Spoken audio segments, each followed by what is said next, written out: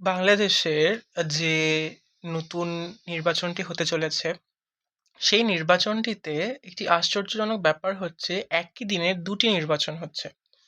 সেখানে সাথে সাথেই আপনাকে দলীয় প্রতিনিধি নির্ধারণ করতে হচ্ছে, মানে দল নির্বাচন করে নিতে হচ্ছে কোন দলকে আপনি দেখতে চান আপনার ক্ষমতায়। তার সঙ্গে সঙ্গে আপনাকে আরেকটি নিতে হচ্ছে নির্বাচন, যেখানে হচ্ছে হ্যাঁ বা না এর মাধ্যমে আপনি ভোট করছেন যে আপনি সংস্কার চান কিনা। সংস্কারটা কি ব্যাপারে? সংস্কারটা হচ্ছে বাংলাদেশের যে নতুন ওরা ওদের সংবিধানটাকে পাল্টাতে চায়। ওরা ওদের ৭২-এর যে সংবিধান যেটা ওরা মানে বানিয়েছিল সেটাকে ওরা পাল্টাতে চায়। তো ২টি নির্বাচন হচ্ছে। এবার পৃথিবীর ইতিহাসে এরকম নিদর্শন আমার মনে হয় না আর একটি আছে, যেখানে সংবিধান পাল্টানো এবং মনে নয় মানে পুরনো সংবিধানে আপনি ইলেকশন করছেন, অথচ আপনি নতুন সংবিধান চাইছেন, সেই মানে এটা একটা পুরো খিচুড়ি হয়ে যাচ্ছে। আশ্চর্য একটি সংবিধান।